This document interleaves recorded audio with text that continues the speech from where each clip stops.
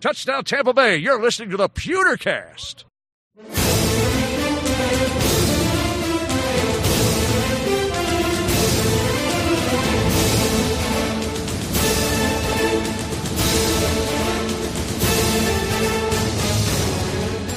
Welcome to the Pewtercast. I am Brent Allen, your host, joined as always by my good friend Ren Daxt. Ren, how you doing over there tonight, buddy?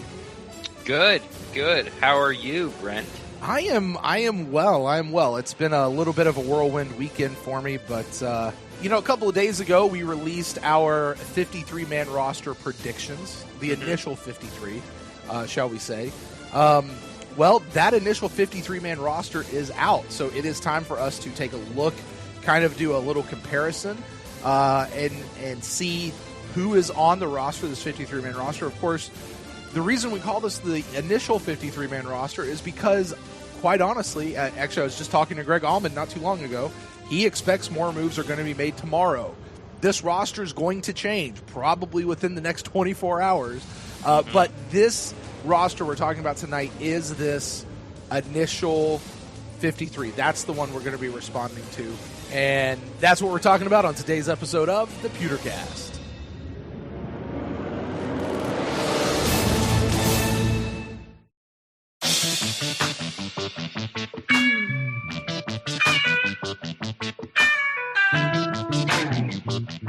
You know, with popular podcasts like Serial and Netflix documentaries like Making a Murderer, it's no surprise that audiences are obsessed with true crime. And if that's you, then you definitely need to check out Hunt a Killer. Hunt a Killer is a murder mystery box that immerses you in an ongoing experience. With every delivery or episode, you will dive deeper and deeper into the case, sifting through piles of documents, evidence, audio recordings, case files, eliminating suspects until you finally crack the case and catch the killer. Now, you might have heard Ren and I discussing this on a previous episode of the Pewtercast, but let me tell you, after playing my first box, I could not wait to get my hands on the second box and try to continue solving this murder. It really is a whole lot of fun. In fact, my wife, who didn't actually want to hunt a killer with me at first, saw the box and everything that was inside and how real this entire thing feels, and she made me start over so that she could catch up. The evidence and clues are things that you actually put your hands on. Video and audio footage you actually see and hear.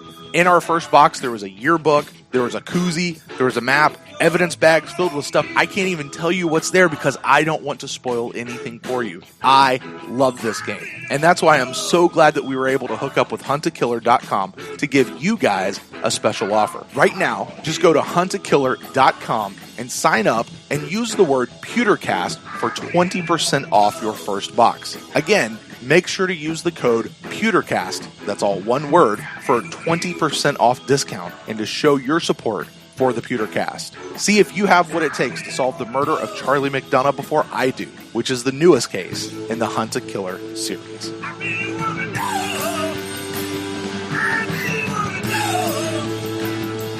Welcome back to the Pewtercast. Well, Ren, it is time to go through this, buddy. So why don't we start at the top? This is typically where I just say we start with quarterbacks, go through the offense, hit the defense. Do you want to go that route, or is there a particular group you're dying to talk about first? No, there's no particular group. All right. I mean, there wasn't a lot of surprises. Obviously, the big one, with Noah Spence, that was a big one. That was a surprise for sure. It was definitely a surprise. But besides that, it kind of held chalk. Sure. There's a couple of like both of us cut Blaine Gabbert so we could get like one of our personal favorites on. Sure. Even though we knew it was probably a terrible idea. Right. So there's we're gonna miss on things like that. But yeah, besides the Noah Spence pick, and I guess the guy who quote unquote replaced him, I think we're pretty spot on. Yeah, we were. Well, why don't we go through this? Obviously, while we're talking about this quarterback, you're talking about Blaine Gabbert, and the Bucs did keep all three between these guys. I guess my question comes back to Ren, which is Ryan Griffin back to Mr. Inactive, or is it possible they could flop that and this could be Gabbert? Well, I time will tell. I don't think Gabbert's going to be back by week 1, but he most definitely could be back by week 3. And I would say he'd be back by week 2 if it wasn't just a 4-day turnaround. Because, we play our game, then we play on Thursday night in Carolina. So as of week 1, no, Ryan Griffin will not be Mr. Inactive. And then, but you never know. What if Jameis gets hurt and Ryan comes in, or Hush your mouth. I'm just saying, Yeah. So I can't say that. Yes, that's necessarily going to happen. And what if Ryan comes in, like, say Jameis hurts his knee and has to go out for like the middle of the second quarter, okay? Sure. And Gabbert does drives him down and scores some points and looks good, doesn't turn the ball over. Jameis comes out at halftime. Wait. Gabbert or Griffin? Griffin, sorry. Yeah. Griffin, does what he did in the preseason-ish. I know he's going to be stiffer competition, but, kind of does what fans of Ryan Griffin has always thought he could do. Right. And then they come out of the locker room and Jameis's knee's got a little therapy. They've retaped it, put a brace on it, and now he's ready to go for the third quarter. If something like that happens, then, yeah, I think there's a conversation if Gabbert, who should be the inactive out of the three. But, as of right now, they're all there. Right. So with that, and just so people out there know, tonight I am actually going to be referencing Greg Auman's piece for The Athletic, where he is talking about this initial 53-man roster. He notes in here, just as a side note, that either Nick Fitzgerald or Vincent Testaverde probably will be back with the team on practice squad, certainly as the scout team quarterback, as one of those guys, not anticipating that to be Ryan Griffin or whomever that third person is. So, we could still see one of those two guys back with the team as well. I find that a little surprising. You think so? Well, Ryan Griffin's been running the scout team since, Has he? 1976. Our inaugural year, baby. He was running for Steve Spurrier. I heard you say 76, and that went to the back of my head, put on the brakes, and said, "Well, come back here." What? What? Huh? Sorry. Yeah, man. The guy with the flag and the drummer with the fight. That'd be 1776. But no, seriously, because I don't think I've ever actually thought about this, because it's the freaking scout team, so really who cares, and I'm going to talk about it now anyway.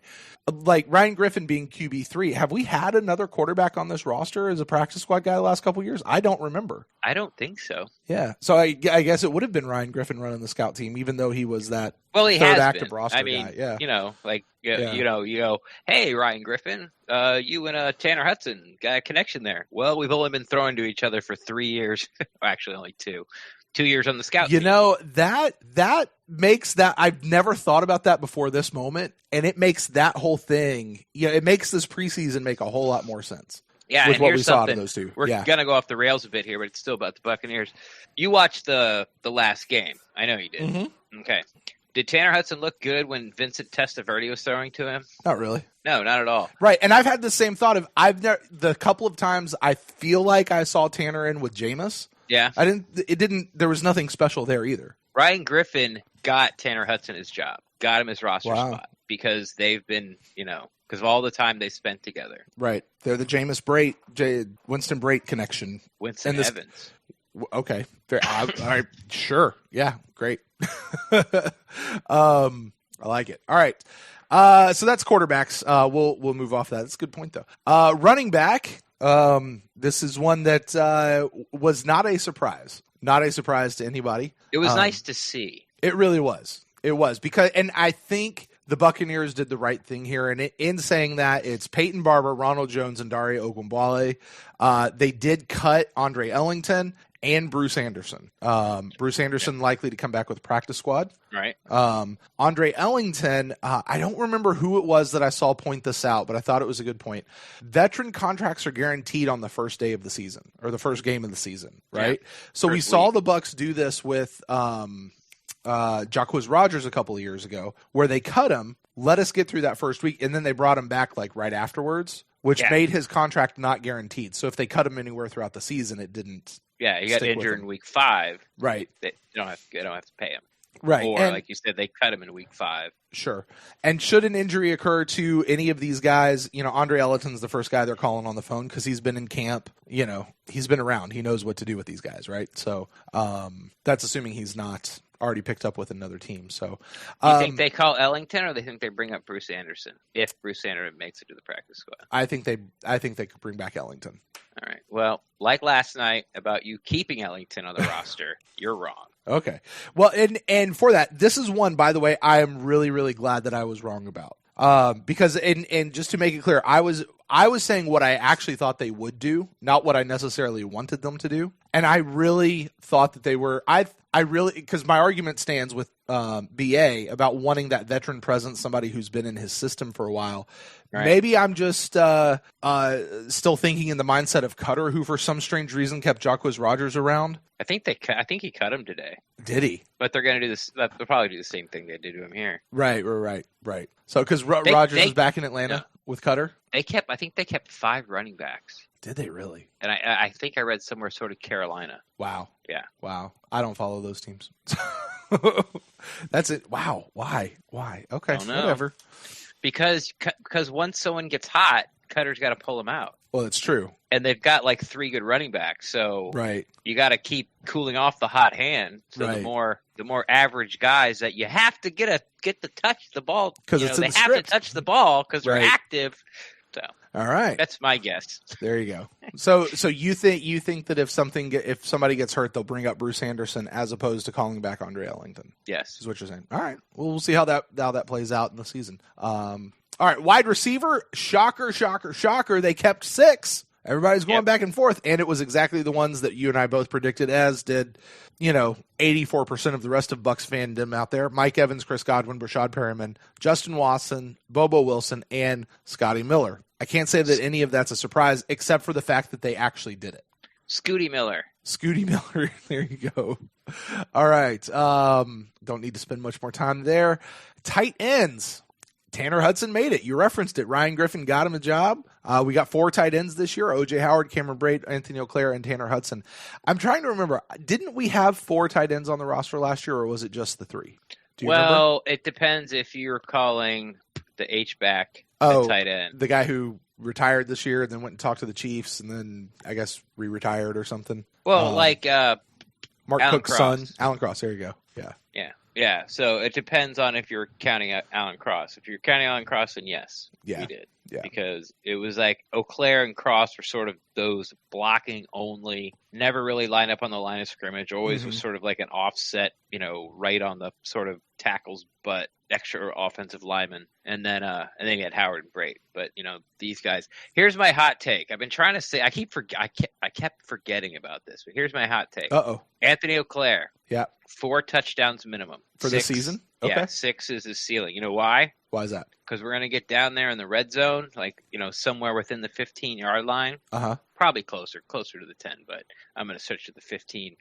And then you got Godwin, Perryman, Evans, Howard. Mm-hmm. And then those guys are monsters, and then they're just about 4 to 6 times a season they're just going to squirt Auclair out and just be standing there at the Where's bus Brate? stop. You didn't even mention Brate or any of the running backs in that whole scenario either. Well, of course there's a running back in there, but Brate's not in because they're using Auclair to block. Gotcha. Block as an extra offensive lineman. Right. But they're just going to squirt him out, and he's just going to be standing there just picking his nose, just about 2 yards across the goal line. Uh-huh. Bloop. Every time like a tackle catches the pass, how wide open they always are. Right. That's what's going to – Auclair's going to do that. Ren, this is going to be one of those things that the first time it happens, and I'm going to say it happens in week 3. Okay. Is the first time it happens. You're going to be on the instant cast, and you're going to be like, aha, did you see that? And it's going to be one of those, I'm going to be like, yeah, you're right. And I'm going to be so pissed off. Why? Just because you're right about it. No, I mean, yeah. That's weird. It's going to be one of those, damn it, he was right. Oh. Success for your co-host. That makes me angry. The Buccaneers scored touchdowns, and he was right about it, and now I'm pissed. Now I'm pissed. I will not be tweeting that out. No. All right. Well, okay. If that's the way you feel. That's cool. Just joking. All right. No, you're not joking, but you're also not seriously angry about it. I am. Yes. I am. I am not serious about it. Let's put it that way. There we go. All right. Offensive line. We were right. But you are angry. Anger is such a strong word, Ren. You used it. I think you said piss. Anyway. There you go. All right. Offensive line. Offensive line. We were right about one thing with the offensive line. Actually, two things. We were right that they kept 9, and we were right about the starting 5. And we were right that it wasn't going to be that way very long. That is true. I think you and I both had Laribus, who he got cut. That was a surprise cut. That was a surprise cut because when they cut him, the only, sort of rostered center was Luan. I know that's not right. Lewin. Yeah. Lewin. Anyway, he ended up getting cut too. Right. So it was like, right. Something's going to happen here because they just cut their, center / swing guard guy. Mm-hmm. They upgraded him. They went from Evan Smith, upgraded to Laribus, and then cut Laribus without a backup plan. Right. And we did now a couple of these moves. Obviously, we kept Caleb Beninock, which is pretty much what they told us they were doing. Mm-hmm. We did keep Earl Watford, who was one of our free agent signings this year, a real low level. Mm-hmm. Zach Bailey, who was a guy who he got a lot of pub heading into training camp. Mm-hmm. And I'm pretty sure, and you can remind me of this, Ren, if I'm right or wrong on this, but he didn't really seem to impress a lot during training camp. Like he just sort of seemed like he was there. He didn't get a lot of playing time during the games and stuff. And with, the offensive linemen switching in and out so much, the only way you could really sort of get a gauge on these guys is the one-on-ones. And then he was just one of those guys where like, okay, I'm going to go look at Zach Bailey. And every time I found him, he's just standing there. Right. So you watch him for like 15 seconds, and then your eye goes somewhere else, and you look at a couple things. You go back to see Bailey, and he's like jogging back off the field because he just did something. And you're like, God dang it. But for as mediocre or, non-splashy, I guess, if you allow me to get away with that, he looked in training camp. His play, he seemed to show up in games sort of after training camp ended, like those last 2 games, the Cleveland game and this last game against Dallas. He seemed to be doing some better things, and I think that I don't remember if Bruce Arians was prompted about him or not, but Bruce Arians spoke about him at the podium, which was something that we hadn't heard all through training camp. So right. So it was good to see that he made it because the Buck fans that follow that kind of stuff who knew who he was were excited we got him. Right. And he was an undrafted rookie out of South Carolina. Yeah. So the other move that they made on offensive line, because for those people out there who are doing math who don't already know, the Buccaneers made a trade. They made a trade for an offensive lineman, which I don't know what's more surprising, the fact that they went and got this guy or the fact that they went and got someone. They did it. Didn't think they'd do it, but they did. Gerald Hawkins. From what I can tell, this guy is also not a center, though. This guy's going to be a tackle guard, swing backup guy. So, first of all, I want to talk about Hawkins, but then I want to get back and talk about the center position and what we're going to do there. But Ren, what do you know much out of this guy? Because I really don't. I feel like this is the first time I've ever heard this guy's name. Well, yeah. I mean, you don't know the backup tackle that for the Pittsburgh Steelers? Brent? Oh, that's who this guy is. Yeah. I had lunch with him once. No. I think it was a day 2 pick for the Steelers, and he's kind of been injured, and his play's been up and down. But, sort of what I like about the move is, they got this guy for a song. They basically switch, the Steelers get the Bucks 6th round draft pick in 2 years, and we take their 7th. So they move up, at the absolute minimum or maximum 32 spots. Right. They're probably going to move up somewhere between 10 and 15, something like that. Sure. Okay. But the Bucks liked him, and they went and got their guy. So without having to go through Arizona and their terrible offensive line, and some of these other teams that might have got him, they targeted their guy. And for, like I said, like a swan song, they went and got their guy. So we shall see. It's kind of one of those guys that might need a change of scenery, right? And if he stays healthy, he could turn into something. But anybody we get to help these backup offensive linemen, I don't care who they are. Right. we'll see when the rubber meets the road with these guys, but we need some guys because when the rubber has met the road with the guys that we have, it's not good. No. Now, I do have one question, just since you bring it out there. Do you think they really targeted this guy and went and got him, or was this hey, Pittsburgh's getting ready to cut him, so they start shopping him, and they happen to get Jason Light on the phone, and he went, I could use this guy. And it was a pittance trade. So he said, yeah, sure, I'll give you that to go ahead and bring this guy over and see what he can do. Do you think it might have been that, or do you think they were actually targeting this guy and went and got one? How am I supposed to answer that question? I don't know. You're asking me, well, how did Jason Light value this guy? Was it I'm about to walk out of the office. Oh, Pittsburgh called. Hey, how you doing? You just said they targeted the guy and went and got him. So I'm bringing up the question. Maybe, I don't know if maybe you heard something that I haven't. I don't know.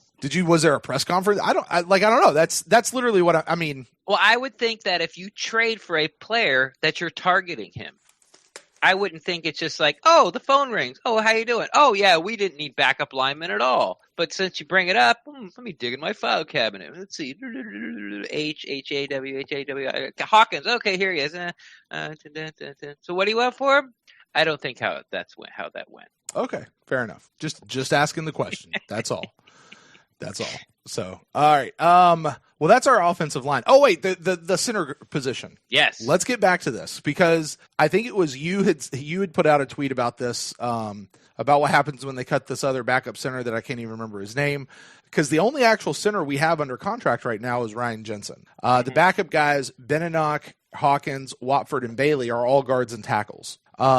Which tells me, and I think I think it was Greg Allman again, or maybe Rick Stroud, somebody was asking about that, and they said, well, I would assume at this point, if something happens to Jensen, Allie slides over with his time in at center, as that guy, and then one of these other guys steps in to fill Allie's spot as the guard. Right. I put that out as a tweet, and I got a lot of pushback of, no, leave Allie alone. Don't move Allie. Don't do anything with this. And I'm kind of sitting there going, well, yeah, that'd be ideal, but I'm just talking about what yeah. But hey, we need a center because Jensen, just broke his leg. Right.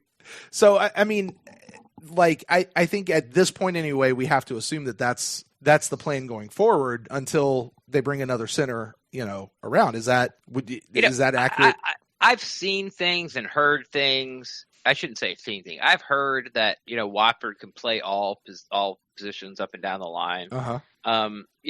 But if you're sort of pinning your hopes on Watford, who's been on 5 teams in the past 3 years, I did see him long snapping after a practice, so that would be kind of the only guy. I don't know, maybe Kappa can snap. Remember Kappa used to snap last year before, all the centers would come out and they'd snap for 5 minutes. Kappa used to do that. So it's sort of up in the air. It's, I think the thing to take out of this is that I still don't think we're done. Yes.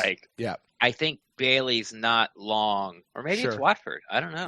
Yeah. We'll see. But I think Bailey's not long for this initial 53-man roster. And, I'm sure there's some type of strategy of keeping him now and trying to, and maybe everyone's already made their moves and load back up and they're happy with what they got. And so you try to slide a guy you really want, by everybody because they've already made all their moves and they're like, oh, they're kind of comparable. Let's see what this guy's got first before we go after him. And because, they can claim him off our practice squad anytime they want to. Right. But so, yeah, I would be shocked, or surprised. I don't know. I don't know.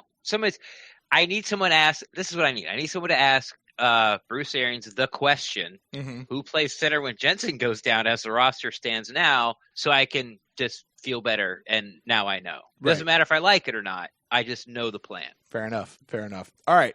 Well, that's going to do it for the offense, Ren. I haven't tallied that up to see exactly how many players that is. Let's see. What is that? 3, 6, 12, 16. It's 25. 28. Are you counting the special teamers? Nope. 10 and 3 is 16 plus 9, 25. Which is what I said. Oh, was it? Yes. Are you sure? Yes. 16 and 9 is 25, not 28. Somebody checked. I said 20. Did you said 28? No, you said 28 3 times. It's in the recording. You'll hear it back. Dude. All right. Anthony O'Clair, 4 touchdowns. All right. Real quickly, speaking of the specialist, 100%, no surprises. Matt Gay becomes the kicker. Yeah, I think, was it you, Ren, who said this kicking competition was over the moment they drafted him? Like, they really weren't going, like... I didn't say that. I said that because of Gay's leg, yeah, he just has to keep it close in anything sort of like under 45. Yeah. Like I was saying, like if, they didn't get that many kicks, but, through training camp and stuff, and we'll say Santos hit everything from 45 in, like everything. So he went 50 for 50. Like Gay could have went 44 for 50 and still won the job because he can win you a game from like 66 yards away. Right. And we might need it from time to time. What'd you make of the news bit that came out? I guess Arians had said something about the fact they've been getting lots of calls about their kickers. Obviously meaning Cairo, or at least, that'd be the one they were willing to trade. And I think in the end they didn't do anything with him except for just let him go. Yeah. Because nobody was willing to give them something for it. Couldn't even re-swap those late round picks. Right.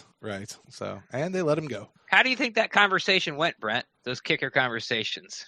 Do you think Jason Light was targeting specific teams, or just like when Pittsburgh called, he just went, do you guys need a kicker? Well, I mean, it does make me wonder, because I wonder in these kinds of days, like, are they calling around to teams that they know that need a kicker? Like, hey, Carolina, we've heard you had some issues with your kicker. Oh, Chicago Bears, I saw that one kick in on Twitter the other day. I got a guy. Are you interested? Twitter. I haven't seen any game film. Well, Twitter's my game film. Thank you. Fan highlights is how I make my roster moves. Just a true Twitter GM right there. Thank you for picking that up, Ren. But I mean, I don't know, to be a fly on the wall and see how this stuff. See, this is why like stuff like Hard Knocks is great, because it gives you a chance to see like the mechanics of how these things go down, which I don't know about anybody else out there. I tend to be super interested in. But I got to think that there's. Hence your question to me. Yes. A while ago. Yes. But I feel like it happens both ways. I feel like you have a GM who's calling around saying, hey, I've got Cairo. I hear you need a kicker, or I know you need a kicker. Are you interested in anything? I go, no, we'll sit tight, wait for you to release them. Or they go, yeah, what should we do? Or people are calling saying, hey, you've got 2 kickers on your roster. We like both of them. Which one are you willing to deal? I'm ready to move on. All right. You brought it back up. All right, moving over to the defensive line. We're talking about our interior defensive linemen here. Ren, 6 people. Yep. None of them on any kind of weird pup list or whatever. They all count. Vita Vea, Ndamukong Suh. He's that guy you didn't hear about yet until yesterday. Bo Allen, Will Golston, Raheem Nunez Roches, and your cousin, Patrick O'Connor. My clansman. Yes, from the Highlanders. Dude. They're Scottish, but close enough. So Jeremiah Ledbetter gets released. He was the guy that I had actually said to keep over Pat O'Connor. Beckner. And he would have, but he got injured. He got injured, yeah. And you can't, unless they tell you that somebody's injured, you can't really account for that when you do this job the way that you and I do it. So, right. But they not send me an email? I know, exactly. Let me know what's going on before they tell everybody else. Buccaneers trainers, slide in my DM. How many times do I have to say it after the show? I'm not going to put you on blast. Terry Beckner, though, 7th rounder, gets cut. He was a guy that you were pretty certain they were going to keep. Well, he was the last guy on my True who made my interior defensive lineman. But he was also one of those guys that I sort of did some magic and kind of wasn't being totally honest with myself to get him on there. Mm-hmm. But I think he goes to the practice squad, and he just kind of did what he did at Missouri. This guy was the number 1 prospect coming out of high school of everybody, like quarterbacks, running backs. Right, this guy was the number 1 prospect. Had a couple of knee injuries. Who knows about if he was in the doghouse with coaches or whatever. But, he got a lot of tackles for loss for the amount of games he actually did play. But I hope he clears and he can sort of maybe a backup or this coaching staff can get him some good one-on-one training, hands-on coaching, and he, make some noise next year's training camp. All right. There you go. That was very long-winded. Let's hear. And then, well, okay. So, and I guess Pat O'Connor, he's the first guy off the team if they can upgrade the position or when JPP comes back, presuming they take it out of the spot here as opposed to another spot. I think they would take it out of outside, don't you? You think so? Yeah. Yeah, possibly. Because, but yes, the point is Patrick O'Connor is, he's the bottom of the totem pole of these six. Right. He's in that group that they're going to continually try to churn. All right, outside linebackers, though, they have 5 listed. One of those 5 being Devontae Bond, who, although he is listed on the Buccaneers official roster as an inside linebacker, he is listed here as an outside linebacker by Greg Allman, which you also listed as an outside linebacker. Joining him there, Carl Nassib, Shaq Barrett, Anthony Nelson, who we talked about, and then the surprise, Noah Spence gets cut. Damone Harris is in for right now. Noah Spence getting cut. Is this surprise, really? Is this the shock? Of course it is, but then also it's not. Yes, exactly. And I'm a little happy about it, to be honest, because we talked about the Andre Ellington not making the team. It's like, and we said, okay, is it trust and loyalty or is it performance on the field? Like, which one is this? Which one are you going to value more? And I think we were both sort of on the, if you play your way on the team, you should be able to play your way on the team. So it was nice to see Ellington cut. And, Noah Spence, they gave him every opportunity to succeed. They kept him on the field the entire, game against Cleveland, and he even played 16 or 17, 18 plays against Dallas. And he just, didn't seize his opportunity. It's sad because we saw his flash, when he was a rookie with 6.5 sacks and not really knowing what he was doing. But, Bruce Arians said it on the podium, I think more than once that he has to learn to hold up against the run, and he just didn't do it. So, once again, Fisher cut bait, the rubber meets the road. It's doesn't matter where you're drafted. You can't do what we're asking you to do. You just can't do it. So you're gone. Yeah. Couldn't have said it. Yeah. Yes. Yes. Yeah. You say that this is a shock because of course it is, but it's not all at the same time. And I wholeheartedly agree with you on that. This one makes me particularly sad because going all the way back to episode 1 of this podcast 4 years ago, I had talked. It was the post draft, hey, what'd you think of the draft show? That was the very first show we ever did here at the Pewtercast. I ever did at the Pewtercast. You weren't here yet. I got to go back and listen to that. Please don't. They're not good. Go ahead if you want to, I guess, but they were rough back then. But I had talked back then about they drafted VHC, that was fine. Then they put Noah Spence in there, and I had said then I liked Noah Spence for the first round. He was being mocked to the Bucs early, when sort of draft season started and draft talk, really starts to ramp up and shoot to the moon. Mm-hmm. People had Noah Spence to the Bucs at 9. Right. They did. So dropping back 2 spots still, quote unquote, getting your guy in Vernon Hargraves, and then getting a guy that was mocked to you, getting your other guy, right? Yeah, guy who was mocked to you by a lot of people 32 picks later, then it's the next day I would be feeling pretty damn happy. Yeah. So, but he was a guy that I particularly wanted to work out, and I'm really sad that he didn't. But at the same way, on the same token, it's a little bit of that Dalvin Cook thing that we talk about every once in a while. At some point with this guy, it's just you just got to be done. Something has to happen. Yeah, exactly. Yeah. And I felt like coming out of this preseason, that's where we were with Noah Spence. Either he's going to do it or he's not. And if he's not going to do it, we just need to cut him and get on with it. And he didn't do it in games. Right. Consistently. He did look good in the Pittsburgh game. He was nearly unblockable. Mm-hmm. But then you give him a whole game against, Brown's second, third, fourth stringers, and you don't do much. And then you did it for him last year against whoever we played the last game. So basically he was playing 3 quarters against 4 stringers and still didn't show. I mean, I think it was, like you said, we wanted to work out, but he was given more than ample opportunity to make this team. Right. And he just, some people capitalize on their opportunity and other people don't for whatever reason. And he was getting all that hype too. So, I don't know. Yeah. It's sad for him. It is, but it's not all at the same time. It's like, yeah, dude, it's sad, but I'm not unhappy. Exactly. So now, It's like Damone when Harris, someone else's though. pet dies. Right. So that's too bad. So who's the roster churner? Who's the bottom of the roster? Is it Damone Harris? Is it going to be Anthony Nelson's our draft pick? So yeah, but we haven't seen anything of him. He hasn't played. He missed the entire even dressed. preseason with a knee injury. Yeah, so, yeah. yeah. So they're not going to cut Anthony Nelson. Like, right. He's got. I think we've kind of figured out he's got the Noah Spence leash. He's got 3 years of doing nothing. Was he a fourth rounder? Yes, I think it was our fourth round. Yeah. Yeah. Okay, so 2 years then since he was a fourth rounder. But I would say Damone Harris. And Damone sort of was in that category of David Kenny and Corey Nelson.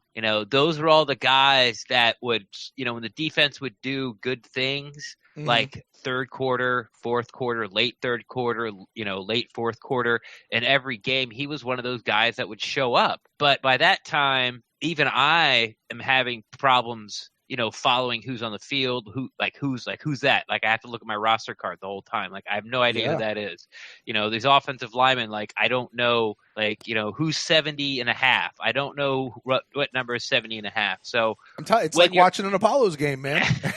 So when, you're showing up and showing out there, but you're not getting you're not moving up the charts, Okay, so you got a sack against, Pittsburgh in the fourth quarter. Okay, well, it's the second quarter and you're still not playing of the Miami game, Okay, so you got to, got a pressure and a forced fumble in the Miami game in the fourth quarter, but you don't get into the game to the fourth quarter against the Cleveland Browns game. It's kind of like, so I kind of lumped him into that type of deal where it's like, I like him, but I just didn't think he was going to make it just because of where they kept playing him. But, kudos to him.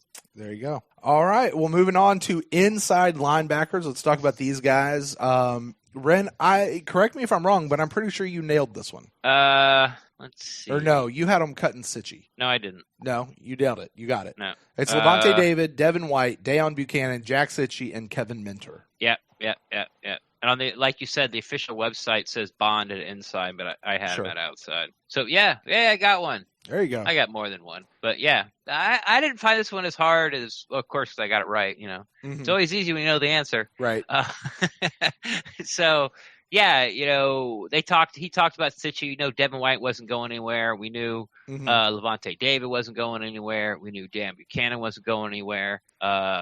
We knew Kevin Minter wasn't going anywhere. It was just sort of a question: are they going to keep 5 or 6? Right. They kept 6, but again, like we said, Bond is more of an outside linebacker now. So yeah, they kept 5, and once again, Bruce Arians at the podium. He don't lie to you. Right. On the prediction show, I had us cutting Kevin Minter.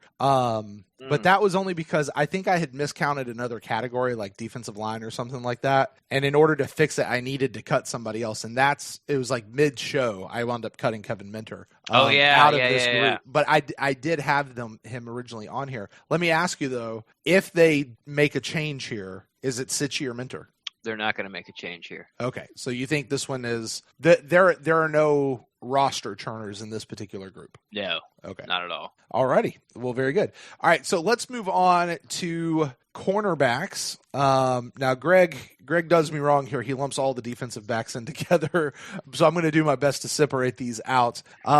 He's got Vernon Hargreaves, Carlton Davis, MJ Stewart gets kept, Jamel Dean gets kept, Sean Murphy Bunting is kept. That's it. And that's it. Those are the guys they keep. Cutting loose Ryan Smith. Now, did they cut Ryan Smith loose, or is he's just not here because he's on suspension? That's what you told me. You said he doesn't count against the 53-man roster. Right. Which is what Greg Allman also says here. Until Ryan Smith gets back from a 4-game suspension, but it's no longer a lock that he makes the cut when he does. No, it's not. So, yeah. Yeah, this one was pretty easy too. Look at all those draft picks, man. Yeah. Okay, so we've talked about this lately of how many particularly high round draft picks we have in our defensive secondary. Day 1, day 2. Yeah. So we've got Vernon Hargreaves, who was around 1. We have Carlton Davis round 2. MJ Stewart was round 2. Jamel Dean was around 2. Right. Mm-hmm. Sean Murphy-Bunting was a round 2. Yep. And then even as we go further into the safeties, just real quick, Mike Edwards was a round 2. Justin Evans was a round 2. Edwards was a round 3. Edwards was round 3. Thank you. Which is still day 2, though. Yeah, I think that's what I meant. Yeah. And then Evans was a round 2, and Jordan Whitehead, I think, was a round 4 from last year. 4 or 3? I want to say he was 4th. It doesn't matter. And then Darian Stewart was a guy they picked up from the Broncos. Right. Sort of halfway through camp. Sure. And has made the team. Right. So let's talk about the guys that are cornerbacks real quick. Sure. Vernon Hargraves, Carlton Davis, MJ Stewart, Jamel Dean, Sean Murphy, Bunting. No big surprises there. No. At all. I mean, no. Sure. Are we worried about Sean Murphy Bunting? You know, he's a guy that got a lot of pub going into training. He got a lot of press from the Buccaneers. Like, they were pushing him hard, leaning into training camp. Didn't really have a stellar training camp, at least not what we saw. He had a good OTA and what's the other one? Mini camp. Mm-hmm. Those were good. And then we got into training camp, and it was kind of like, all right, where's your PBU? Where's your interception? Like all the other, where's your blitz and possible quote unquote sack? So yeah, he was kind of invisible, man. Sure. And then he got into games and he was invisible again, except, when someone was catching the ball that he was guarding and he was, 3 yards off him. Right. So. Right. But as a second round pick, he is not making this team. No, he made the team on potential. Yeah. If he was an undrafted free agent, he wouldn't be on the team. Exactly. So, all right. So we have those guys. And then to wrap up, we already mentioned them a minute ago. Mike Edwards, Justin Evans is on the active roster, just as you predicted, Ren. I said that they had put him on IR. So you had him there. Kudos to you. Mike Edwards. And then this guy, Darian Stewart, who you said we just picked up. Brent, or are you mad at me? I'm actually not mad at you, because actually I'm really glad you're right about this one. Why are you not going to be glad if Eau Claire catches touchdowns? No, I'm going to be fine. I'm just like I said, I'm not serious about that at all. I know. I get it. I'm right so often it gets annoying. That is often true. I know. I'm gonna have to hear this. Oh, my whole life. See, the difference is, Ren, like, because this is an audio podcast. Yeah. What our listeners don't have to do that I do have to do is sit here and look at your smug face when you get it right. I have resting smug face. I do. SSF. No, RSF. RSF. Yeah, there you go. There you go. You feel like that's like a daytime TV show. That's like a daytime TV show commercial. Do you have RSF? Sean Murphy Francis. All right. Well, that's our. Okay, Darian Stewart. Was this a surprise? Because I didn't have this guy on my radar at all. No, I don't think I put him at the safety position. Who did I put? I put I had Kentrell Bryce. Right. Who I thought was doing fine. He was one of those guys where it was like, well, I don't hear his name and I don't see anybody catching the ball against him. So, and he's starting. So what's the problem? But, I didn't really know a lot about Darian Stewart. The only thing I know about him now is that, Ryan Fitzpatrick can run him over. That's about all I got. But this is one of those things where I trust the coaching staff, and because I don't know a lot about Kentrell Bryce either. Right. Like, it was one of those guys that sort of never, like, I never saw practice during training camp either, but I know he was playing. And so it wasn't like Sean Murphy Bunting where every time they threw the ball, or maybe they never threw it to him. Like, I don't know. Like, I don't even know if I saw him all training camp or games. Like, but I'm okay with it. So I'm Darian fine. Stewart, I mean, something he brings, really to this room is he brings age. He's 31 years old, right? So if you take this entire room and just say what we said a second ago of how young this group is. Yeah. He brings in some age. He brings in some maturity. He also brings in, I mean, he's been in the league since 2010. So quite a bit of experience. He brings in a Super Bowl win, and he also was a Pro Bowler at one point. So he's got some clout coming in. He really does. So, I'm not saying that that's the only reason they kept him. But you figure that certainly factored into it a lot as well. Like, if he came in, like, he didn't have to perform as much as some of the other guys because he has this resume that he's carrying with him as well. Yeah, plus he had a late start. Yeah. He might have been already had a roster spot before he even had his first practice. because he's got enough tape out there. You know what I mean? Right.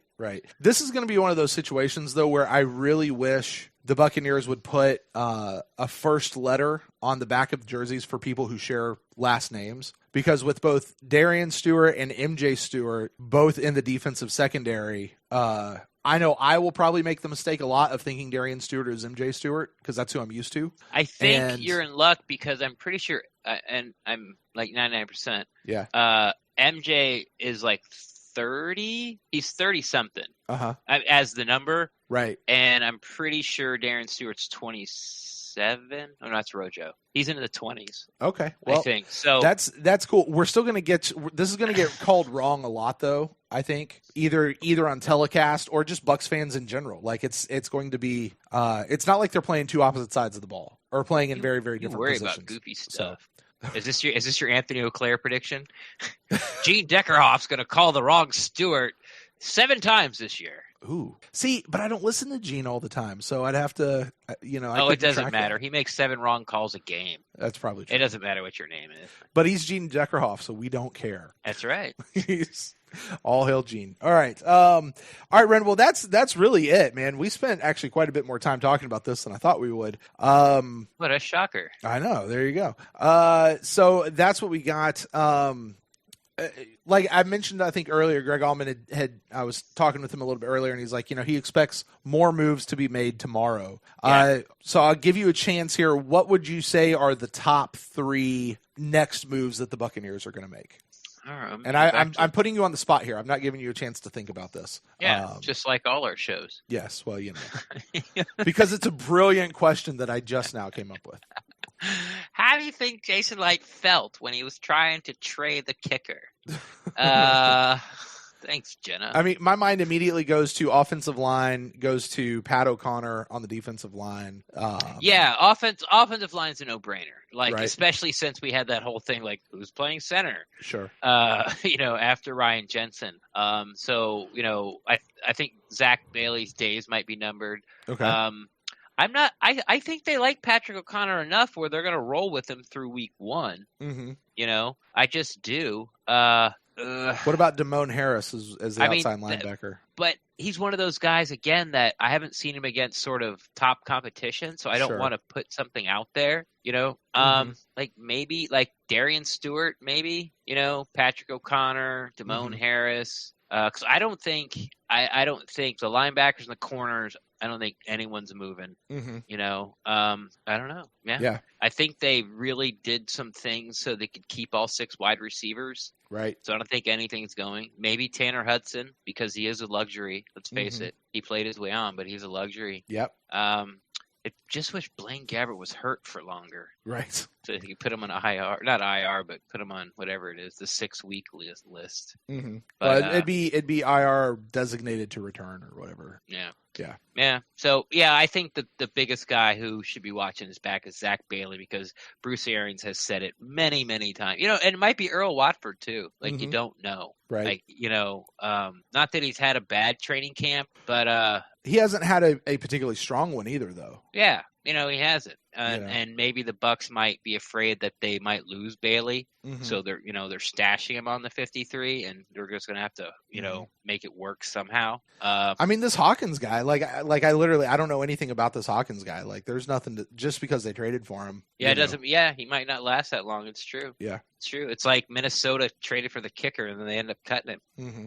Well, even you look at a guy like Cairo Santos, like, wasn't his salary, it's only like $1 million or something like that, but I think it was guaranteed. Okay. Like, they guaranteed his salary. So if Cairo doesn't get picked up by another team, the team's still paying him, right? My point being, the team does things that, they're still willing to cut. Cairo's a vested veteran, so I guess you don't renegotiate, do you? If it's not guaranteed. If it's guaranteed. Yeah. How does that work? So if you have a guaranteed money, if he has guaranteed money and he gets picked up by if he gets picked up by another team, if they pay him less than if they get like a new contract and pay him less, I think the Buccaneers have to make up the difference. If they pay him more, then the Buccaneers are off the hook, I think is how that works.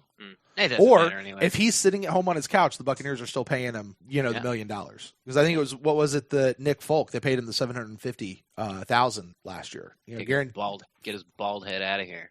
Right. Because he went to play for that one league that had the Apollos in it, the AAF. He was playing in the AAF. That one league. That one league. All right, Ren.